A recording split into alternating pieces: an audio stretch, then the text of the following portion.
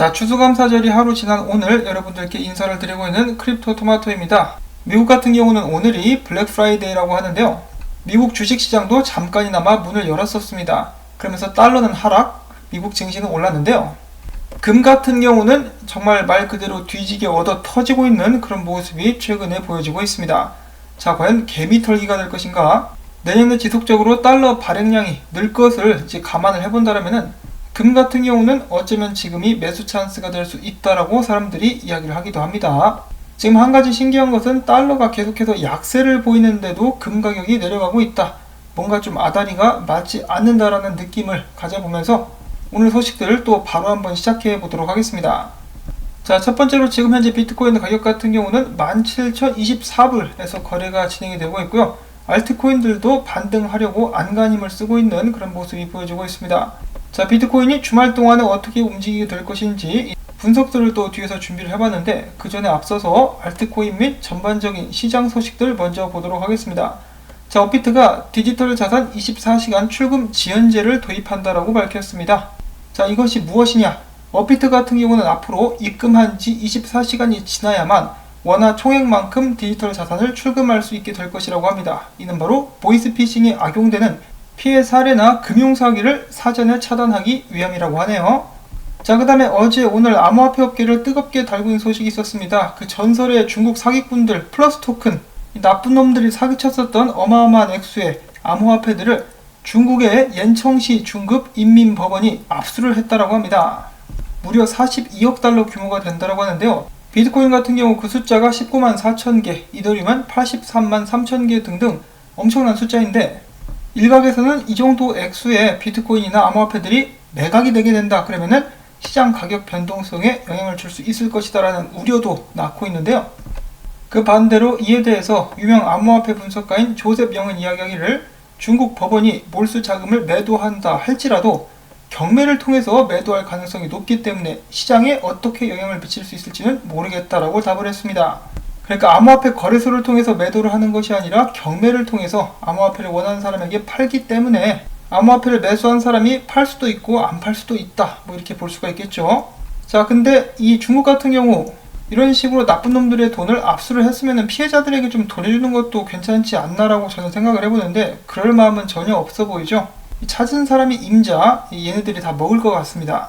자, 그 다음에 오랜만에 리브라 관련된 소식이 있습니다. 리브라 같은 경우 빠르면 내년 1월에 출시를 계획을 하고 있다고 합니다. 지금 현재 스위스 금융 시장 감독국의 승인 여부를 기다리고 있는 상황인데요.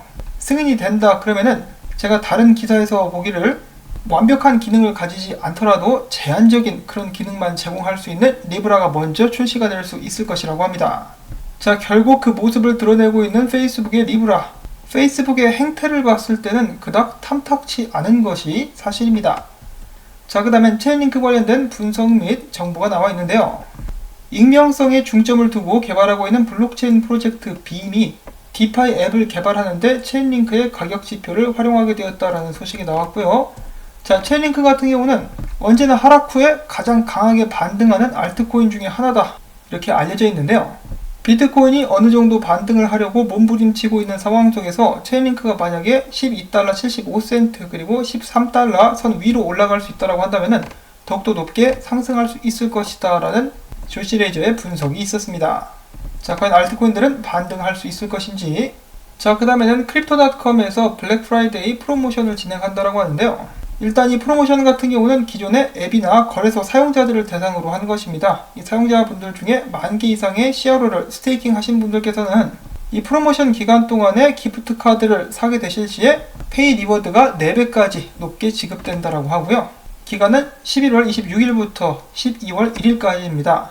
또한 크립토닷컴 같은 경우는 최근에 몰타 금융당국으로부터 클래스 3 가상 금융자산 라이선스와 금융기관 라이선스의 예비 승인을 받았으며 조만간에 정식 라이센스를 취득하게 될 수 있을 것이다 라고 이야기를 했습니다.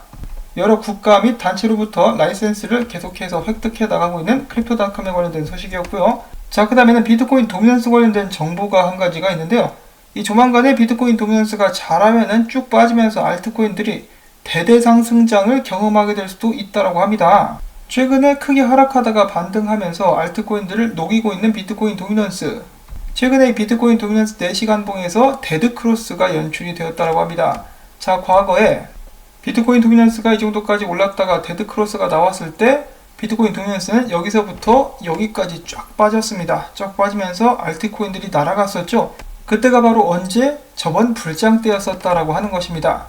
지금도 이미 비트코인 불장이 시작됐다라고 사람들이 이야기하고 있는 가운데 과거가 반복되면서 알트코인들을 우주로 날려버릴 수 있을 것인지 한번 기대를 걸어보도록 하겠습니다. 자, 한편 비트코인 같은 경우 장기적인 전망은 모두 다 강세를 예견을 하고 있습니다. 그렇지만 단기적으로는 조정이 계속될 수 있다는 의견이 우세한데요. 그것보다 더 단기적으로 봤을 때 주말 같은 경우는 반등하게 될 가능성도 있다고 합니다. 자, 일단 단기적인 움직임, 현재 암호화폐 거래소들로 비트코인들이 많이 유입되고 있다고 하는데요. 최근에 무려 93,630개의 비트코인이 암호화폐 거래소들로 유입이 됐다고 합니다. 이러한 부분들은 고래들이 비트코인을 매도하기 위함이라고 예상을 해볼 수가 있기 때문에 크립토 퀀트 역시 비트코인이 단기적으로 지속해서 조정을 받을 수 있으며 때문에 비트코인이 V자 반등을 하는 것은 좀 어려울 수 있을 것이다 라는 진단을 내리기도 했다고 합니다. 넥소의 공동 창업자 같은 경우도 비트코인 같은 경우 20%에서 30% 하락할 수 있다라고 이야기를 했고요.